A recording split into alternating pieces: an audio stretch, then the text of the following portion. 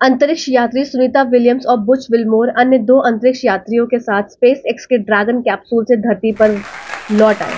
पिछले साल जून में सिर्फ 8 दिनों के लिए अंतर्राष्ट्रीय स्पेस स्टेशन पर गए ये लोग 9 महीने बाद लौट रहे हैं।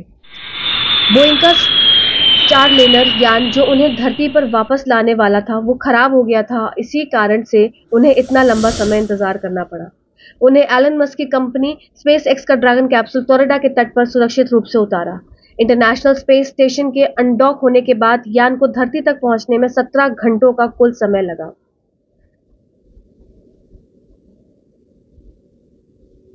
कैसे हुई लैंडिंग फ्लोरिडा के तट पर?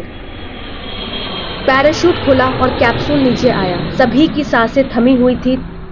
तब तक समुद्र की सतह पर आने के बाद सबने यात्रियों का स्वागत किया। निक, एलन, बुच, सुनी, स्पेसएक्स की ओर से आप सभी का हार्दिक अभिनंदन। कमांडर निक हेक ने खुशी जाहिर की। स्प्लैशडाउन से ठीक पहले क्या हुआ?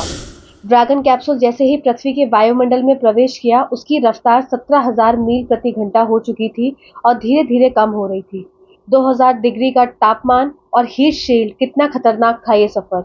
जब कैप्सूल पृथ्वी के वायुमंडल में प्रवेश किया तब कम्युनिकेशन ब्लैकआउट हो गया था, जो कि वापस से 3:20 पे वापस मिला। वायुमंडल में प्रवेश के दौरान अंतरिक्ष यान के प्लाज्मा शील्ड का तापमान करीब 1927 डिग्री सेल्सियस था, पर हीट शील्ड उसमें सवार यात्रियों को बचाकर रखा हुआ था। करीब 3:21 पर अंतरिक्ष यान स्वचालित हो गया था। इसका मतलब ऑटोनॉमस हो गया था। अब अंतरिक्ष यात्री इसे नियंत्रित नहीं कर पा रहे थे। वे सारी गतिविधि को अपने सामने लगी टच स्क्रीन पर देख पा रहे थे। 3:24 पर ड्रैगन कैप्सूल के 2 पैराशूट खुले, जिसके कारण रफ्तार में गिरावट देखने को मिली। इसके बाद 2 और पैराशूट खुले। समुद्र में उतरने के बाद क्या हुआ? जब ड्रैगन कैप्सूल उतरा तो डॉल्फिन ने उनका स्वागत किया और उनके चारों तरफ घूमने लगी।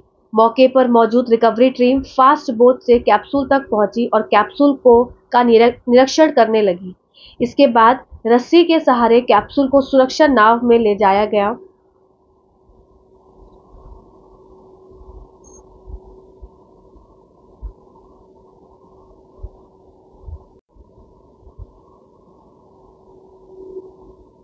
अब जैसे ही कैप्सूल खुला, ड्रैगन का साइड हैच खुला और सारी दुनिया अंतरिक्ष यात्री की एक झलक पाने के लिए बेताब थी।